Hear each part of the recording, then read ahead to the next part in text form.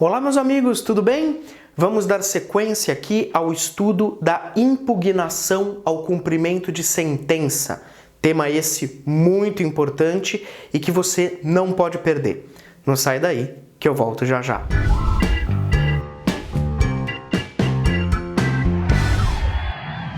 Muito bem, meus amigos, então no vídeo anterior nós iniciamos o estudo da impugnação ao cumprimento de sentença. Basicamente, nós vimos a discussão envolvendo a natureza da impugnação, vimos que existem 3 posições doutrinárias a respeito do tema, vimos o prazo para a impugnação, vimos aquela regra que a doutrina fala, que é a regra dos 15 mais 15.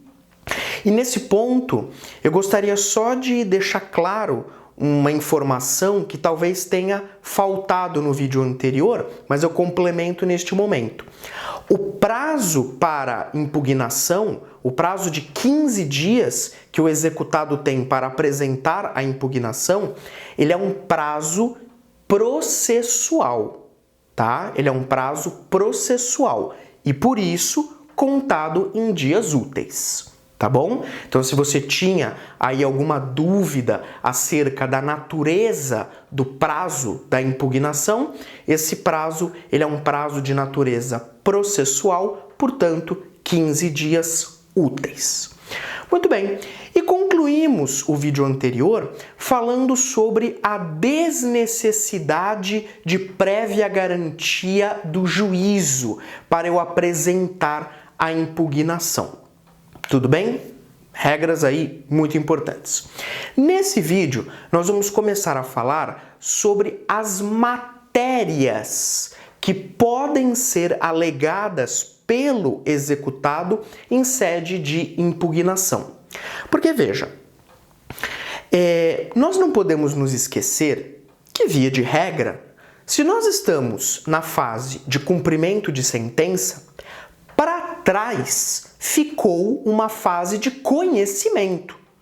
E nessa fase de conhecimento, o direito foi discutido, os fatos foram discutidos e provados. Então, a fase de conhecimento serviu para identificar quem tem razão e quem não tem. Quem tem aquele direito e quem não tem. Isso foi decidido por meio da sentença. E essa sentença, claro, sujeita a recurso, mas essa sentença decidiu quem tem aquele direito, quem tem a razão. E nós não podemos nos esquecer que depois dessa sentença nós tivemos o fenômeno da coisa julgada. Claro, estou falando aqui no cumprimento de sentença definitivo. Estou esquecendo, por enquanto, o cumprimento provisório, tá? Mas, havendo a coisa julgada, aquela decisão se tornou imutável. Então, agora no cumprimento de sentença, em tese, o que tem que acontecer é simplesmente o cumprimento daquilo que ficou decidido na fase de conhecimento. Não cabe agora ao executado, às partes, rediscutirem questões. Não. Então, com isso, o Código de Processo Civil, no artigo 525, parágrafo 1º, prevê uma lista, prevê um rol de matérias que podem ser discutidas, que podem ser alegadas em sede de impugnação. E o executado, se quiser apresentar impugnação, deverá se ater àquelas matérias do 525, parágrafo 1º. Portanto, ele não tem liberdade na hora de impugnar. Ele não pode discutir qualquer coisa, qualquer matéria. Ele deverá observar o rol de matérias do 525, parágrafo 1º. E é justamente esse ponto, justamente esse rol, que nós vamos começar a analisar a partir de agora. Vem comigo para a tela. Muito bem, meus amigos. Então, a partir de agora, nós vamos analisar as matérias que podem ser alegadas em sede de impugnação. Essas matérias, como eu disse, estão previstas no artigo 525, parágrafo 1º do CPC. Então, a partir de agora, nós vamos nos debruçar aí sobre o estudo do 525, parágrafo 1º. Primeira coisa que você precisa saber é o seguinte: esse rol de matérias, esse conjunto de matérias que podem ser deduzidas em sede de impugnação, é um rol taxativo. É um rol taxativo. Tudo bem? Portanto, a cognição do juiz estará limitada a essas matérias elencadas no 525, parágrafo 1º. Não existe, por assim dizer, uma liberdade do executado na hora de impugnar. Isto é, ele não pode, na impugnação, alegar qualquer coisa, alegar qualquer matéria. Não. Ele precisa se ater exatamente a esse rol taxativo do 525, parágrafo 1º. Portanto, é muito importante você saber que o executado, ele não pode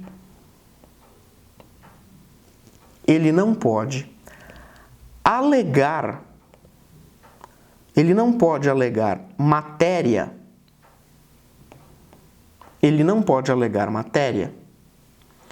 que lhe seria lícito deduzir como defesa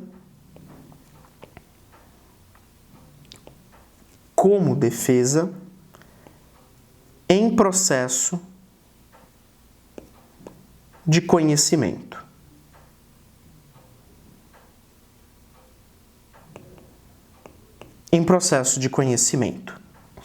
Então veja, o executado, ele não pode atacar o título executivo judicial alegando matérias que lhe seria lícito deduzir, alegar como defesa em processo de conhecimento. Qual é o sentido? Meus amigos, coisa julgada. A eficácia preclusiva da coisa julgada, que nós estudamos na playlist sobre fase decisória do processo. A coisa julgada, ela tem uma eficácia preclusiva. Então, conclusão, todas aquelas alegações, todas aquelas defesas que a parte poderia se utilizar na fase de conhecimento, essas matérias, essas alegações, elas ficaram para trás, lá na fase de conhecimento que terminou. Porque de nada adiantaria se, na fase de cumprimento de sentença, essas matérias pudessem voltar a ser discutidas. Porque como é que nós ficaríamos com a coisa julgada? Que tipo de segurança jurídica nós teríamos se a matéria que foi discutida em fase de conhecimento pudesse ser reaberta, pudesse ser rediscutida na fase de cumprimento de sentença? Veja, não haveria segurança jurídica alguma. A coisa julgada não serviria para nada, tá? Então, o que acontece é que o executado, ele não pode, digamos assim, ressuscitar na fase de cumprimento de sentença matérias que ele já alegou, que ele já deduziu lá na fase de conhecimento. Essas matérias não podem retornar ao processo através da impugnação. Tudo bem? Tranquilo? Maravilha.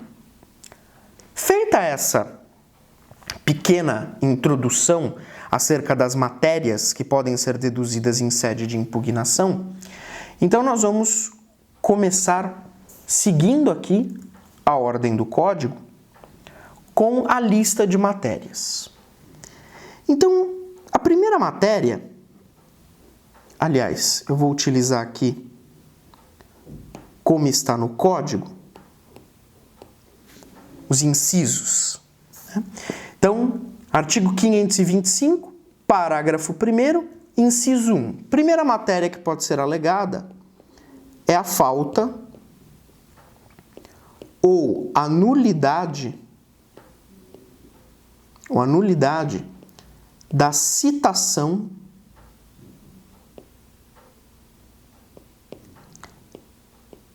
na fase de conhecimento.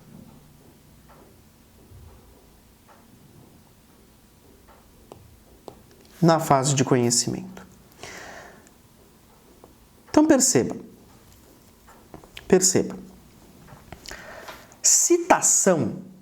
Citação é provavelmente o ato processual mais importante que existe no processo. Por todas aquelas razões que a gente estudou, né? A citação completa a relação jurídica processual. Graças à citação, vai haver aquilo que nós chamamos de triangularização da relação jurídica processual. Então, a citação, sem sombra de dúvida, ela é indispensável para a validade do processo, ok? E aí, o que acontece? Nós temos que nos ater para a falta da citação, ou eventual nulidade que macule a citação. Percebe? Porque o que acontece? Se eu tive um problema na citação lá na fase de conhecimento, e vamos imaginar que esse problema não foi detectado ou esse problema não foi corrigido, ele poderá agora ser discutido em sede de impugnação. Imagine, por exemplo, um caso em que... Imagine que eu fui processado e a fase de conhecimento correu à revelia. Por quê? Porque eu estava sendo processado, mas graças a um defeito na citação, eu, réu, não tomei ciência do processo. E aí o que acontece? Passou toda a fase de conhecimento e eu fui revel. Acabei sendo condenado na sentença, né? E descubro da existência desse processo só na fase de cumprimento de sentença. Percebe? O que eu posso fazer? Falei, meu Deus, a fase de conhecimento passou inteira. Eu fui revel. Mas note, fui revel porque houve um defeito na citação. E esse defeito na citação impediu que eu tomasse ciência do processo. Nesse caso, o que eu posso fazer? Venho por meio de impugnação e alego a falta ou a nulidade da citação que ocorreu lá na fase de conhecimento. Tudo bem? É claro que a gente tem que ter aqui um certo cuidado, porque essa alegação aqui de falta ou nulidade da citação não é sempre que ela cabe, tá? Não é sempre que ela cabe. Veja, imagine, por exemplo, que eu tive aí um título executivo. O título executivo que eu estou executando é a sentença penal condenatória, né? Veja, o juiz cível, ele não tem competência para avaliar, para analisar um eventual vício de citação que aconteceu no processo criminal, né? Então, por exemplo, se eu estou executando uma sentença penal condenatória, que é título executivo judicial, já sabemos disso, né? Eu não vou poder alegar esse tipo de defeito em sede de impugnação, porque o juiz cível não tem competência para analisar um eventual vício de citação que aconteceu no processo criminal.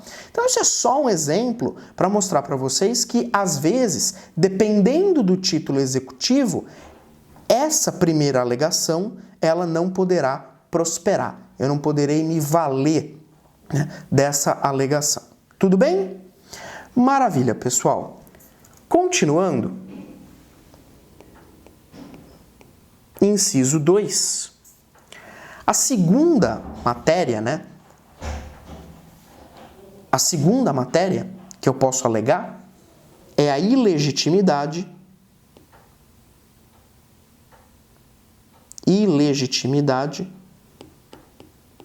de parte.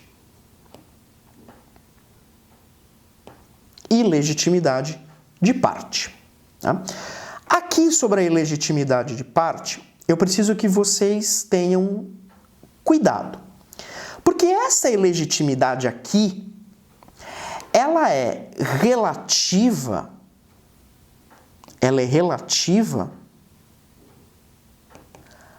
ao próprio cumprimento de sentença.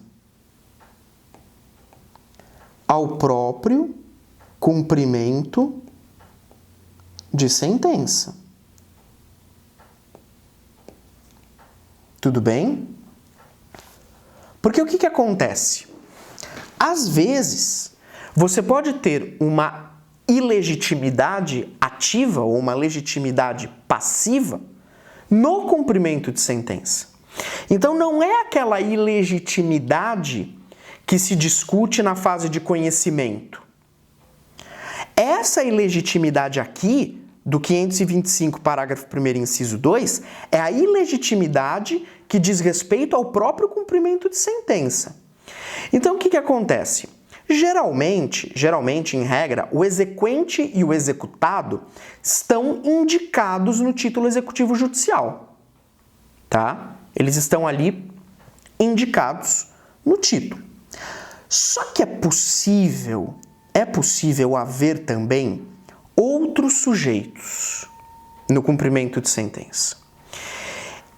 Esses sujeitos, eles dizem respeito aos artigos 778 e 779 do CPC. Não é momento agora de nós estudarmos esses dispositivos. Por quê? Porque eles serão estudados na execução por título extrajudicial, em outra playlist, um momento futuro. Mas isso é só para mostrar para vocês que eu posso ter sujeitos também no cumprimento de sentença previstos no 778 e no 779, tá? E aí o que acontece? Eventualmente, poderá haver a ilegitimidade de parte no cumprimento de sentença. O que o executado não pode fazer, perceba, o que o executado não pode fazer é trazer de novo uma discussão sobre ilegitimidade de parte que aconteceu lá na fase de conhecimento, tá? Então, o que acontece? Isso não pode ser reavivado. Isso não pode ser reavivado. Se houve uma discussão sobre ilegitimidade de parte na fase de conhecimento, essa discussão ficou para trás. Teve coisa julgada e essa questão não pode mais ser discutida. Tá? Não pode mais ser discutida. Pelo menos não aqui, nesse momento que nós estamos estudando. Tudo bem? Então isso precisa ter muito cuidado. Se eu tive um problema, vamos supor, eu aleguei ilegitimidade passiva lá na fase de conhecimento, por exemplo, e o juiz afastou, eu não posso reavivar a discussão aqui no cumprimento de sentença. Então essa ilegitimidade de parte, repito, é aquela que diz respeito à ilegitimidade no próprio cumprimento de sentença. Tá? Isso aqui vai ficar mais claro um pouco mais à frente, quando nós efetivamente estudarmos o 778 e o 779, tá bom? Passando para a terceira matéria, ou terceiro inciso, né? Na verdade, o inciso 3, ele nos traz duas matérias que podem ser alegadas. A primeira delas é a inexequibilidade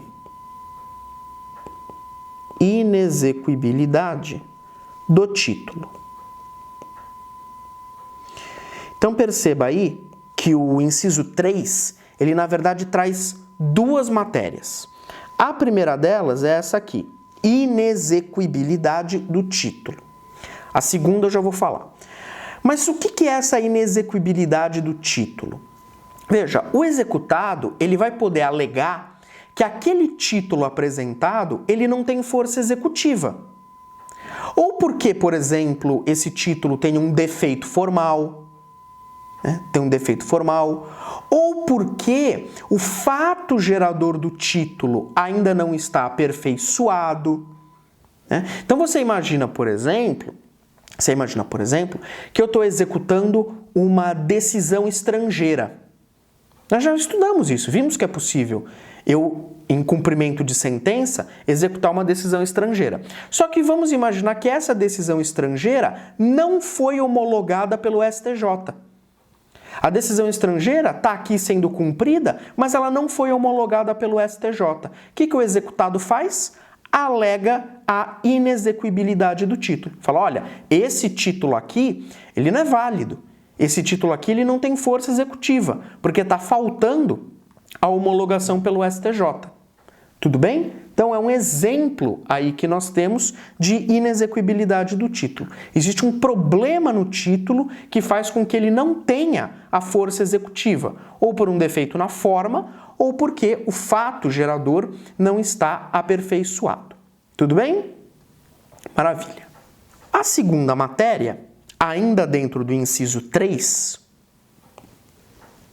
é a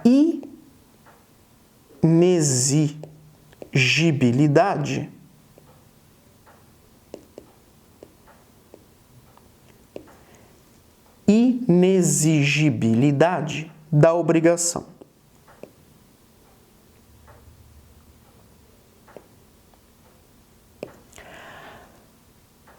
Aqui, o que acontece?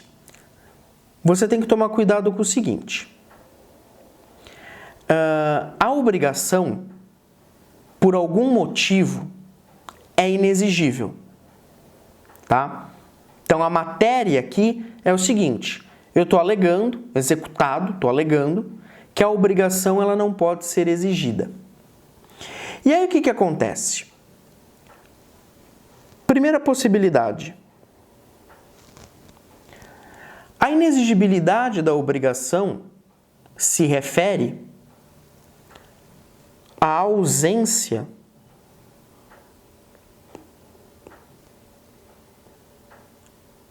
de implementação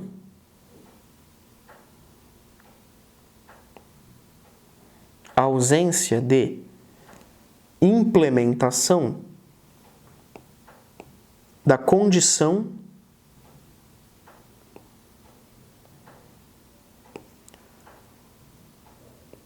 ou termo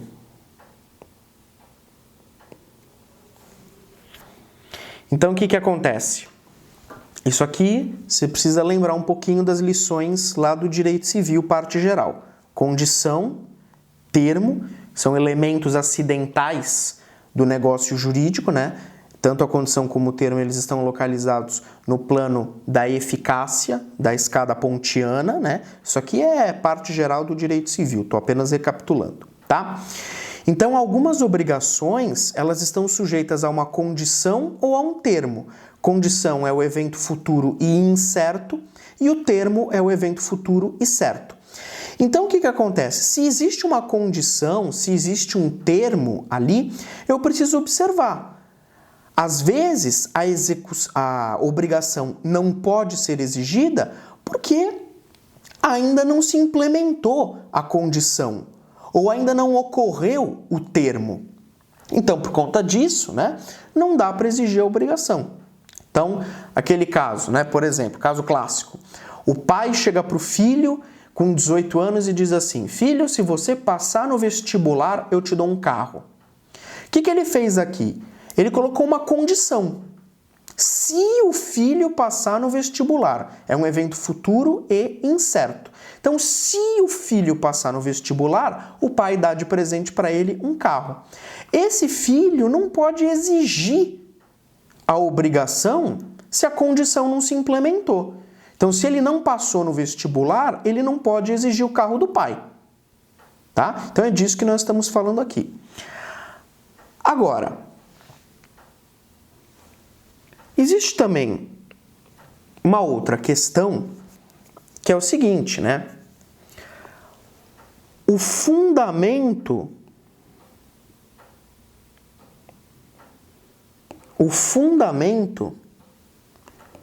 do título executivo,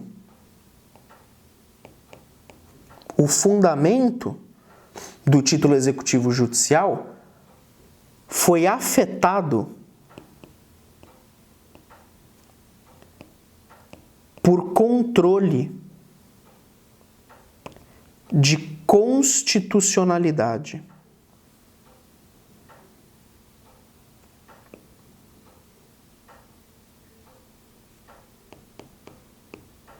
Por controle de constitucionalidade. Pode ser um controle de constitucionalidade concentrado ou difuso, né? Aí aqui o que acontece? O título executivo judicial tem um fundamento.